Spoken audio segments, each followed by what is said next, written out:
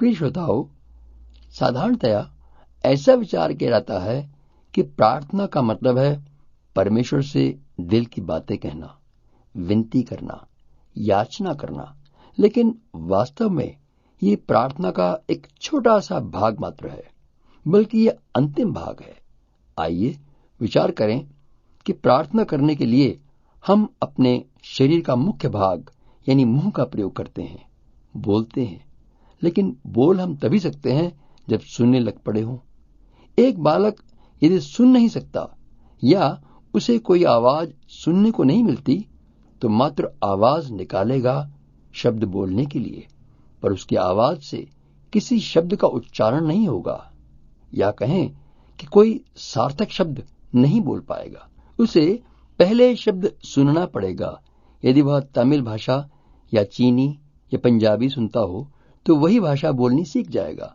उसके लिए तमिल, मलयालम, तिब्बती या चीनी भाषा बोलना कठिन नहीं होगा, क्योंकि वह उसी को सुनेगा तो स्वाभाविक रूप से उन्हीं शब्दों को बोलेगा।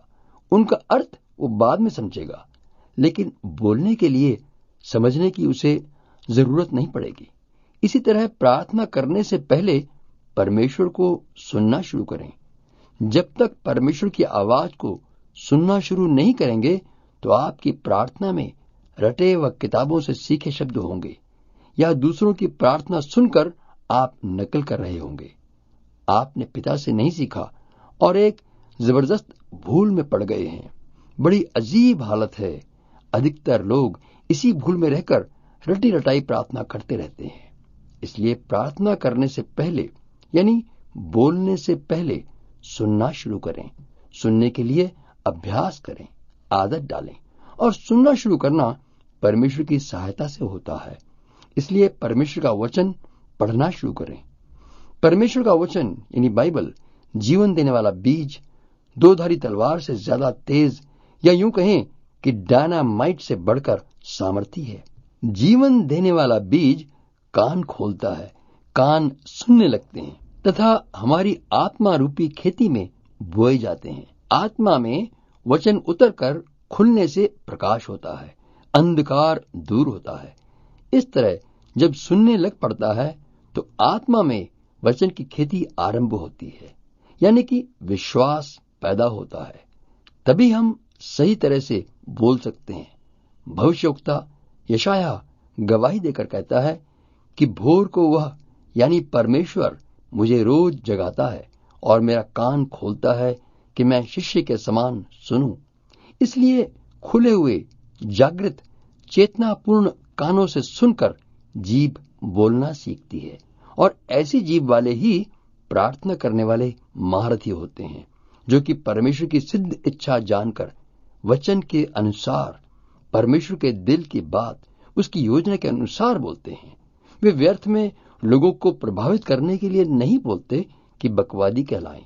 अधिकतर लोग बड़ी ऊंची आवाज से शैतान व दुष्टात्माओं को बांधकर आग की झील में धकेलते रहते हैं।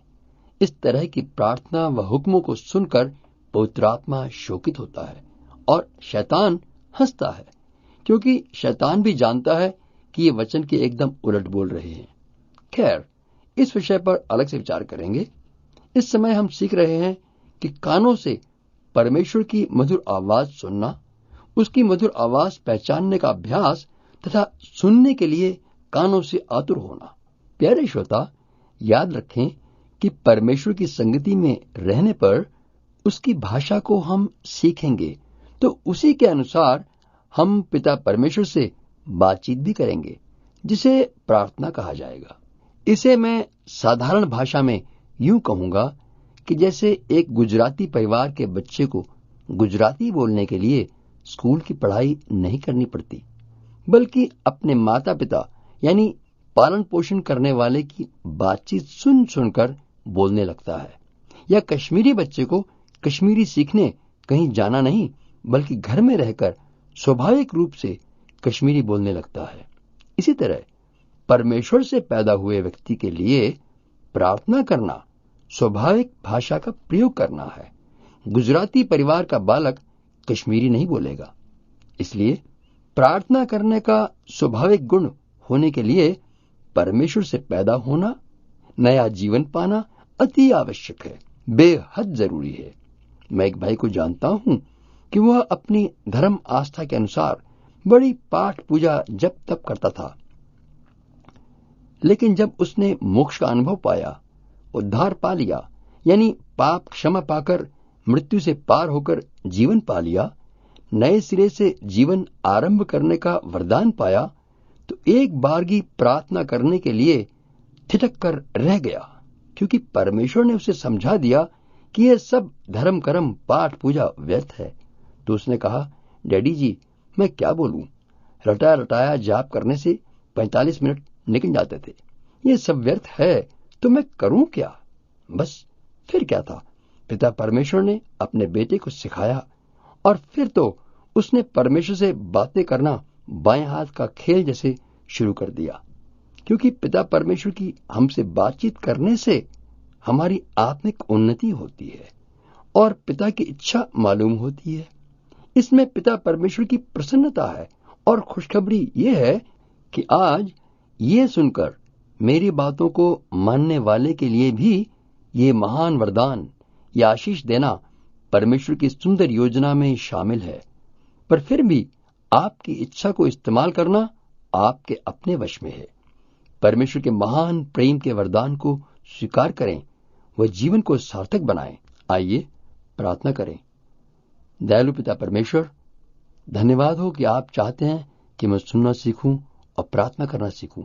मैं अपने आप को आपके हाथों में सौंपता हूं इस सीखने के लिए, यीशु के पवित्र नाम में, आमीन।